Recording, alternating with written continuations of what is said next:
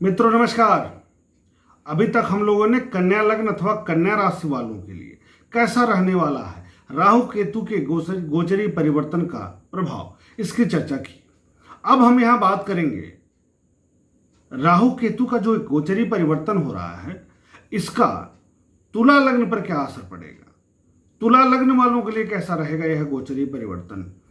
18 महीने के लिए जो गोचरी परिवर्तन हो रहा है, अधिक आश्विन शुक्ल पक्ष अष्टमी तिथि को 23 सितंबर 2020 दिन बुधवार को दिन में 12:24 के बाद से उसका क्या प्रभाव पड़ेगा अगले 18 महीने अर्थात 12 अप्रैल 2022 तक क्या असर होगा और कहां जा रहे हैं। तो सबसे पहले तो हम ये समझ लें कि राहु केतु का जो परिवर्तन हो रहा है वह तुला लग्न में हो कहां रहा है, तो वो हो रहा है अष्टम भाव पर, वृष राशि में, और केतु का वृश्चिक राशि में द्वितीय भाव में, धन भाव पर। और दोनों में एक फर्क समझिए कि दोनों का परिवर्तन एक साथ होता है, दोनों की प्रकृति में अंतर होता है, और दोनों के इस परिवर्तन की एक और खास बात है कि दोनों स्थिर राशि में जा रहे हैं, साथ ही दोनों के प्रकृति में भी अंतर है। अब कहां अंतर है इसको समझ लीजिए। पहला, राहु की प्रकृति है लेना, मतलब नुकसान करना। केतु का जो प्रकृति है वह प्रभाव में वृद्धि करना। राहु स्थिर राशि वृष में जा रहे हैं, केतु स्थिर राशि वृश्चिक में जा रहे हैं, लेकिन वृष जो है पृथ्वी तत्व की राशि है और वृश्चिक जल तत्व की राशि है। यहां भी ये परिवर्तन हो गए। और एक बात कहा जाता है कि राहु शनिवत फल देते हैं और केतु कुंजवत फल देते हैं, यानी मंगल की तरह देते हैं और मंगल की राशि में जा रहे हैं, इसलिए बड़ा अच्छा परिणाम देंगे। केतु और राहु महाराज तो नकारात्मक देने के लिए तैयार हैं तुला लग्न में, इसको आप समझ लीजिएगा। क्या नकारात्मक करेंगे, कहां आपको सावधान रहना है, इसको समझना है। लेकिन उससे पहले हम ये समझ लें कि इनका जो दृष्टियां हैं वो कहां कहां है। तो ये दृष्टि इनकी रहती है, राहु की दृष्टि, केतु की दृष्टि 5, 7, 9, 12 पूर्ण दृष्टि से देखते हैं। 5, 7, 9, 12 जहां बैठते हैं उसको भी प्रभावित करते हैं, इसलिए 5 जगह पूर्ण दृष्टि से प्रभावित करेंगे। इनके कारकत्व क्या है, तो देश की प्रसिद्धि, देश का छत्र, अपवित्रता, झूठ बोलना, तंत्र मंत्र, ओझा, सोखा, भूत प्रेत, तांत्रिक शक्तियां, कीटाणु विषाणु जनित रोग, गैस्ट्रिक हाइपर गैस्ट्रिक की समस्या, आकस्मिकता, आकस्मिक क्षति, आकस्मिक लाभ, सन्निपात, तीव्र ज्वर, इन्फेक्शन, भिक्षावृत्ति, दिखावा, लालच, घर से दूरी, बड़ी यात्रा, ये इनके कारकत्व में है। मां दुर्गा की उपासना और भोलेनाथ की उपासना भी इनके अधीन है, यानी इनके कारकत्व में है। जिन लोगों की कुंडली में राहु एक बलवान ग्रह के रूप में होते हैं, एक कारकत्व के रूप में आ जाते हैं, शुभ स्थिति में विद्यमान रहते हैं, ऐसे लोग मां भगवती और भोलेनाथ के परम भक्त हो जाते हैं, बहुत अच्छी उपासना करते हैं, सात्विकता आ जाती है इनमें, इसमें दो राय नहीं है। यही राहु गलत जगह बैठ गए, नकारात्मक जगह पर बैठ गए तो असात्विकता भी खूब आ जाती है। तो ये तो राहु के बारे में एक समग्र परिचय रहा है।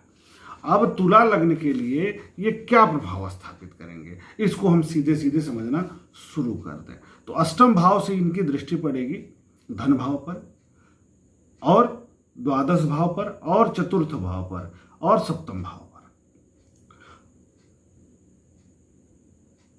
वृष राशि में हर्षवली होते हैं, प्रसन्न मुद्रा में जाते हैं, और मंगल के घर केतु भी प्रसन्न रहते हैं। ऐसे में पूर्ण प्रभाव दे पाने में समर्थ होंगे। जो नकारात्मक तो नकारात्मक, सकारात्मक तो सकारात्मक। यहां जो अष्टम में बैठ रहे हैं, ये अच्छी स्थिति नहीं होती है राहु की। क्या क्या दे सकते हैं, शारीरिक कष्ट, पहली बात, मानसिक कष्ट, आर्थिक तनाव का वातावरण दे सकते हैं। आर्थिक परिवर्तन, आर्थिक जो लाभ जहां से हो रहा था उसमें परिवर्तन कराने के लिए बार बार मन में विचार आएगा इनकी अवधि में। साथ ही पैसा इन्वेस्ट कराएंगे लालच दे करके और नुकसान कर जाएंगे। इसको जरूर ध्यान रखिएगा। अगर आपका समय राहु की महादशा या राहु की अंतर्दशा चल रही है और आपकी मूल कुंडली में भी राहु द्वितीय, चतुर्थ, अष्टम और द्वादश भाव पर हैं, मूल कुंडली में दूसरे, चौथे, आठवें और 12वें हैं और राहु की महादशा भी चल रही है संयोग से, और यह गोचरी परिवर्तन आपके अष्टम भाव पर हो गया, तो आप एक बात जान लीजिए, भोलेनाथ और माँ दुर्गा के शरण में ही रहिए इस अवधि में। मेरी बात बुरी लग सकती है, आप लोगों को लगेगा कि मैं डरा रहा हूं, लेकिन डरा नहीं रहा हूं, सचेत कर रहा हूं कि समझिए सुनामी की स्थिति आएगी, बहुत परेशानी आ सकती है।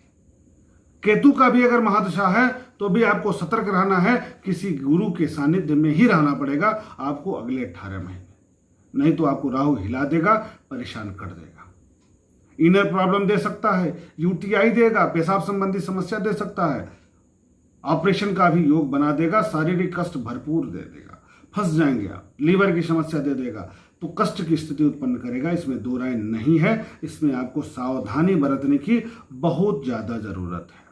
पैर के तलवे में कष्ट हो सकता है, पैर में चोट लग सकता है, कमर में दर्द हो सकती है।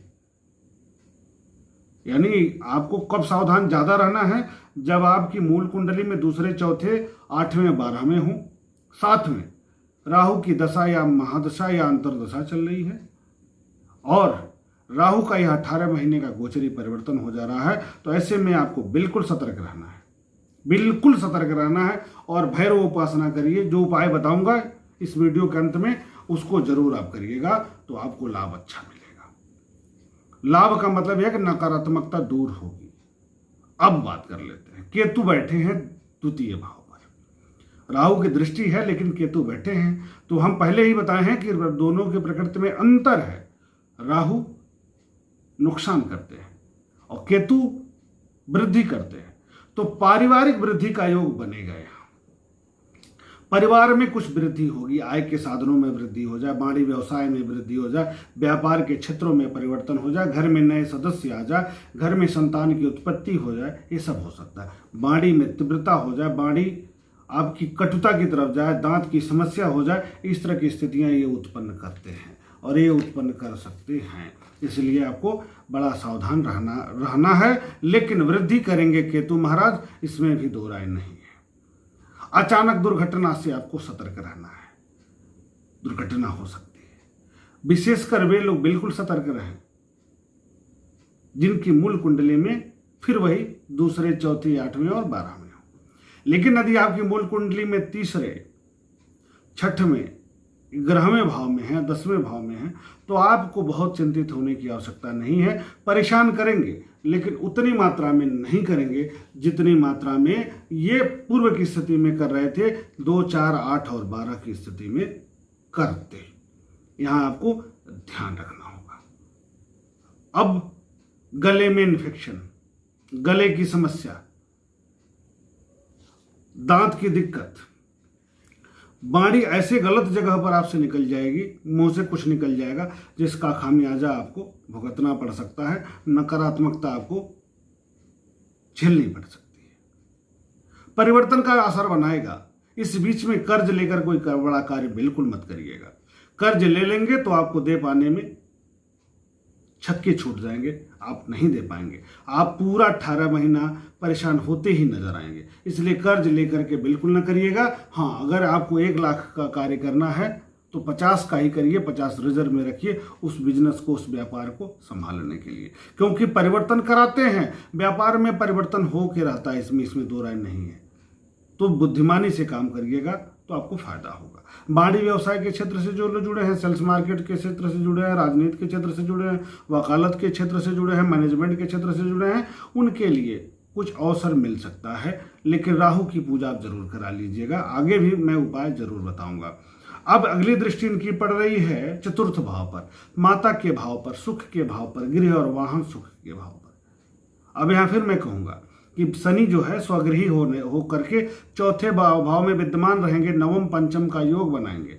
ऐसे में सुख के साधनों में वृद्धि होगी, परंतु माता के स्वास्थ्य में कमी हो सकती है। गृह और वाहन सुख में वृद्धि हो सकती है, वाहन खरीद सकते हैं, वो अच्छी गाड़ी से चलने लगेंगे, हो सकता है नया घर भी बनवाएं, आप घर में कुछ नया कंस्ट्रक्शन कराएं, ये संभव है। लेकिन सीने की तकलीफ भी हो सकती है, माता को कष्ट भी हो सकता है, पेट की से माता को छोटा मोटा ऑपरेशन भी करा सकते हैं ये शनि और राहु मिल करके। इसलिए आपको शनि राहु को फिर ठीक करना पड़ेगा, नहीं तो कष्ट देंगे। अब राहु की दृष्टि सप्तम पर भी पड़ेगी, दाम्पत्य जीवन को लेकर के भी तनाव का वातावरण उत्पन्न हो सकता है। मंगल के घर पर है, राहु मंगल के घर पर दृष्टि डालेंगे, इसलिए आपकी पत्नी में कुछ तीव्रता बढ़ जाएगी, कुछ क्रोध बढ़ जाएगा, कुछ चिड़चिड़ापन बढ़ जाएगा, कुछ डिमांड बढ़ जाएगा। आपके प्रेमी में कुछ डिमांड बढ़ जाएगा, क्रोध बढ़ जाएगा, इरिटेशन बढ़ जाएगा, तनाव बढ़ जाएगा। इससे आपसी संबंधों में दरार पड़ सकती है, खटास आ सकता है। अगली दृष्टि इनकी व्यय भाव पर पड़ रही है, तो यात्रा पर खर्च, बड़ी यात्रा पर खर्च, विदेश यात्रा की संभावना, आंख में दिक्कत, आंखों की समस्या, खर्च का वातावरण इस अवधि में खूब अच्छा बनेगा। इसलिए आपको बिल्कुल सतर्क रहना है, इसमें दो राय नहीं है। अब अगर मूल कुंडली में मंगल कमजोर गड़बड़ है और शनि गड़बड़ है, तो आपको हनुमान जी की भी पूजा आराधना खूब करनी होगी, नहीं तो बहुत अच्छा परिणाम नहीं देंगे। हाँ, अगर मूल कुंडली में मंगल और शनि दोनों मजबूत हैं, शुक्र मजबूत हैं, तो यह राहु का प्रकोप बहुत नहीं होगा, आप झेल करके निकल जाएंगे, यह अवधि आप काट करके निकल जाएंगे, इसमें दो राय नहीं है।